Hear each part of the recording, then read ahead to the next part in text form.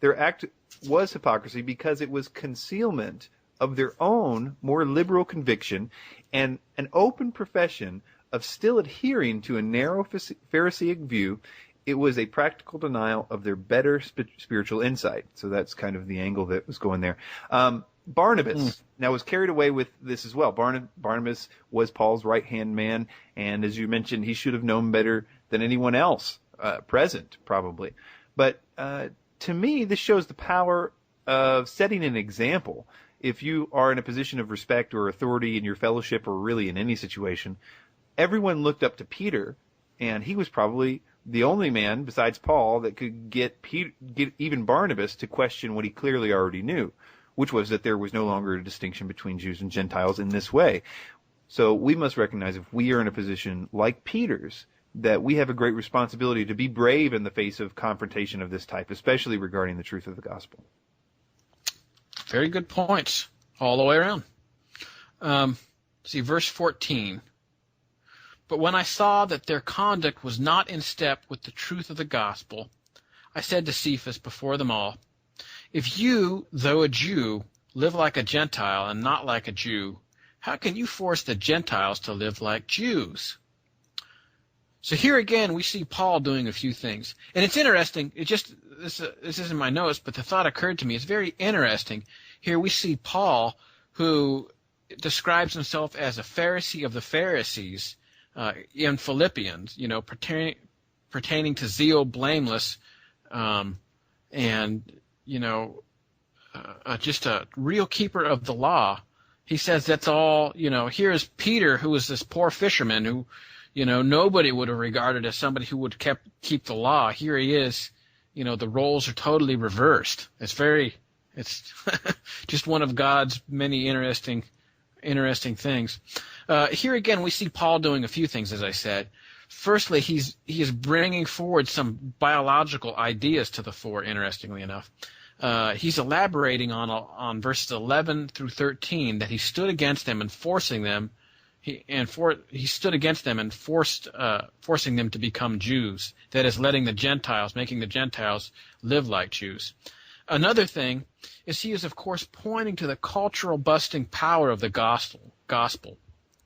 His response to the Jews is a clear indication of that. His response here, if you, though a Jew, live like a Gentile and not like a Jew, how can you force the Gentiles to live like Jews? That's a notable point, as it ties with what we're going to see Paul writing in Galatians 3. There is neither Jew nor Greek. There is neither bond nor free. There is neither male nor female, for ye are all one in Christ Jesus.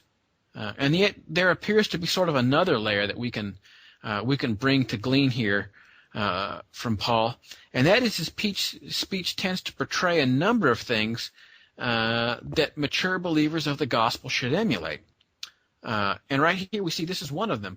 When a brother is really not in step and has fallen away from the truth of the gospel, we need to go to them and in love try to correct them. Now this can be a tricky thing, so rather than leave people hanging on this, I just want to do like a real quick, just 3 points here to help people on how to correctly correct a brother. Maybe I need to do a topical thing on that. But anyway, point 1 is to remember that he is your brother. He's not the enemy. Some good friends of mine that do this from time to time and responsible for church discipline, they don't even refer to these things as confrontations. They refer to them as carefrontations. You have to go to your brother. You have to go to your brother in love. The next thing you need to do is you need to really pray about it. I'm sure here Paul was prayed up about this stuff. I know that personally that there's been times when I was really praying about approaching another believer in the Lord about something that they were doing that was just wrong, and I just really felt like I needed to approach him. And after praying about it a bunch, I felt like I'm going to go do this. I'm like, oh, okay, here we are. I'm doing this. The first thing out of this person's mouth was, so after a while, I just decided that God really convicted me about doing thus and so I'm not going to do it anymore. And I really feel like that was born out of prayer. But nevertheless, you want you want to pray about this a bunch and really consider it. And then finally, and most importantly, is do it in love, letting the relevant Bible passages speak for themselves. One of the things that I heard a pastor speak on, and he was saved, but he was still sort of messing around with nightlife stuff, and he was a total born again believer, but real young in the faith, and was actually like selling drugs to give. He didn't even realize he was doing this. It was bad. He was doing this, and he was selling drugs to make ends meet. And at a Bible study, he mentioned it to the guy leading the Bible study, and rather than condemn him, the guy leading the Bible study said, "Hey, brother, I understand that it's difficult out there, and there's a lot of bad things going on, but here, just let me show you a few things." And he goes, "Well, look at this passage. Look at this." And he goes, "Okay. Well, here, look at this passage. Look at this passage." And over the course of about 10 minutes, showed him a bunch of different things that accomplished exactly what needed to be done without him having to speak hardly any words. Just show him the relevant Bible passages there.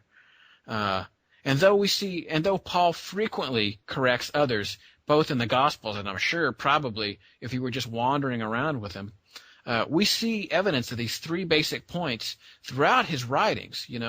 Later on in the Bible, later on here in Galatians, he says, "You haven't done me any wrong. Come back to me, and I labor for you guys." That's a wild that's a wild paraphrase, by the way, because I don't have the verse in front of me. But you see Paul really going out of his way here in 1 Corinthians to correct really sinning believers, and yet he doesn't not call them Christians. So we see Paul here in verse 14 really being strident about the gospel, and that's important. But we also see him doing something about it, which is an important thing as well. He's going and he's talking to these people, and he's saying, and really that's what the whole book of Galatians is about. It's sort of a love letter, if you will, to try and help correct the Galatian brothers from this crazy heresy. So I could go on and on about that, but I'll leave it right there. Chris? Oh, really good. I was wondering what it was like to be wandering around with Paul. Just like I don't think it would be much wandering. It'd be like, we're going here now. It's like, well, yeah, but we were just going to wander. No, come on. No, wandering's done. All right. Yeah. All right. What he says, but when I saw they walked not uprightly according to the truth of the gospel.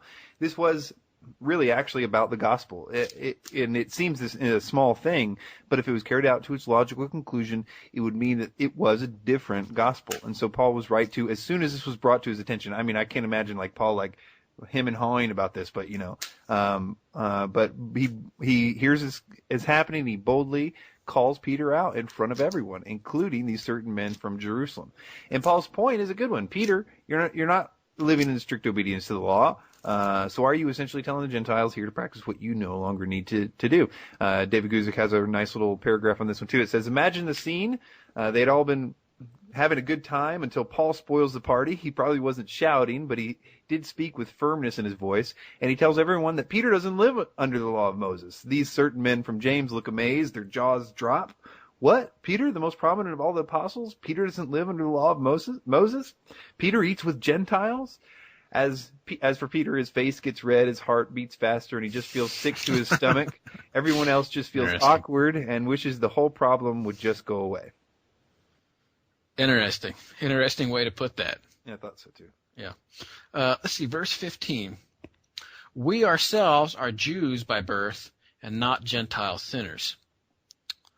So Paul, Cephas, and James, and even Barnabas and the other apostles share a common heritage, and that is, of course, Judaism. As I mentioned earlier, the Jewish mindset was pretty light on grace and mercy towards Gentiles. They thought they were nothing but second class in the eyes of God. The word ethnos is used here, which I mentioned earlier, which is then translated as Gentile. So we see this mindset. It's like there are Jews and there's everybody else.